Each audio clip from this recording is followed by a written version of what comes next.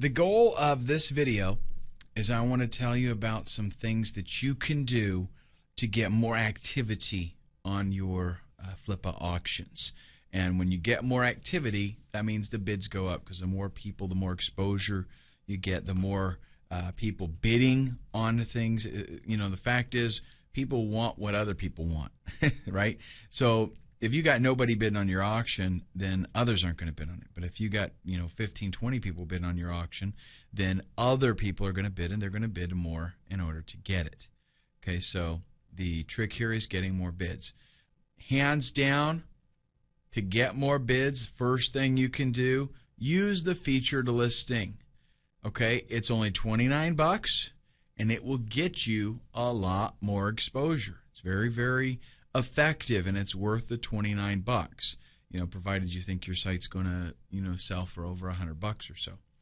I suggest you do a 5-day listing. Start at $1 and no reserve. That makes things very, very appealing to people. They figure, okay, I've got an opportunity to get in here pretty inexpensively, and that gets you initial bids, and then those initial bids in turn get you more interested bids. Now I'm going to tell you something that is somewhat of a sneaky tactic, okay? If you're new to Flippa, when you create your auction and people bid on it, those bids actually have to be approved by you, okay, initially when they first are made. Once you approve it, then, yes, it's a binding bid and it goes public. Everybody knows about it. So what people usually do is when you list it, you're going to get a lot of bids right away, and they'll go in and they'll approve those bids, okay, as soon as they come in. But what you're going to do is a little bit different. When you get that first little flood of bids, you're going to find the lowest one and approve it, and then completely ignore the others for 12 hours. Okay, so 12 hours later, don't even worry. Go work on your next project. Okay, don't even worry about what's coming in. Don't reply to messages, nothing. And then what you do is 12 hours later, you come in and you got probably a whole bunch of bids piled up, because since it's such a brand new, only one person bid on it kind of thing, and the bid is very, very low, you're going to get a lot of other people that want to jump in thinking that they have an opportunity to pick up something wicked cheap, right? Well, what you do then is you accept all the bids at once. And then you just let the auction run. You respond to all the messages. You leave, if there's any comments that need to be added, stuff like that, and you accept bids as they come in from that point. Now, the reason that you do this and how this actually works is it'll give your auction the appearance that it's a wicked, hot, popular auction in demand. And that is going to make it more desirable to others. Because remember, people want what other people want. So what's going to appear here is like, man, they're like more than 15 bids in the first 24 hours. They're going to be like, I want that. If you go in and you just accept the bids as they come in, then you're not going to get as much activity, because a lot of times, this is actually cool. It works in your favor. If initially some guy, maybe he bids 500 bucks on your site, and you accept that right away, other people are going to be like, well, yeah, I'm not even going to bid because that's too high for me already.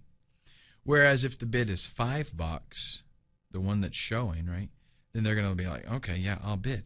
So you will get more bids because that, initially that high bid that got in there didn't get posted because you didn't approve it. So you got a whole bunch of other bids. And then once you get all those extra bids, now you've got, a greater amount of people that are interested, and that's going to cause that auction to show us something that's really, really hot. People are interested in it. Okay? So that's the strategy there. It's kind of like it's a little sneaky way to get a little more interest going on. Now, one thing about sites that you put up, obviously sites that make money are worth more. So I mentioned this, in the last video, that if you can, and you want to hold on to a site for a little while and let it actually make some revenue, and you have a way that you can prove that, hey, this site makes, blah, blah, blah on a pretty regular basis, it's going to be worth a whole lot more. Now, I'm not saying you have to do that. You don't have to wait. If you make a good site and set it up, that's all you want to do is set it up, make it work, and sell it. Totally fine. Okay, no problems there. Good-looking sites sell for more. If you go out there and you just set up some generic-looking template or some kind of ugly web page, it's not going to make that much. It just isn't. People want to see something that looks visually appealing. If you can, it's a good idea to add Google Analytics to your site because that helps you show proof. You can say, hey, I get X amount of hits every day, X amount of hits every month, depending on how long you're going to be holding on to the site. And that really is only a factor if you're going to hold on to the site for a little while. Don't hype up your site. There's nothing more unattractive than seeing an auction where somebody says this site makes me $30 a month, but it has a potential to make $50, grand a year, or it has a potential to make $3,000 a month. Well, if it has that potential and you really think it does, then why don't you do what needs to be done to make it make that much money? Okay? So don't hype it up. Don't, just be honest with people. Tell them what it is, and they will appreciate you for it, and it'll actually work in your favor. When I see sites that say, this is a new site, it's not making me any money yet, but it has the potential to do $5,000 a month, I'm like, yeah, okay, next. And I get the feeling that a lot of other people are the same way. Tell them why you're selling the site. In the listing, it's a good idea to, they're going to be curious as to, why are you getting rid of this site? So it's a good idea to let them know. Just tell them, hey, I enjoy setting up websites and writing content and doing graphics. I enjoy this and that and the other thing and researching new projects. And that's what I want to do is set these up and then sell them. So, tell them instead of you having to outsource and get all that stuff done, it's already been done. This is a turnkey project, and this is what I love doing, and that's why I'm selling it. Now, what I want to put forth to you is a bit of a challenge. Okay, because let me tell you what usually happens with training videos like this. People are excited about it, they buy it, they check it out, and they're like, yeah, that sounds like a good idea, and they never do it. I don't want that to happen to you. So what I want you to do is don't do it today because, you might have watched a lot of videos today. Maybe you're tired, you're worn out.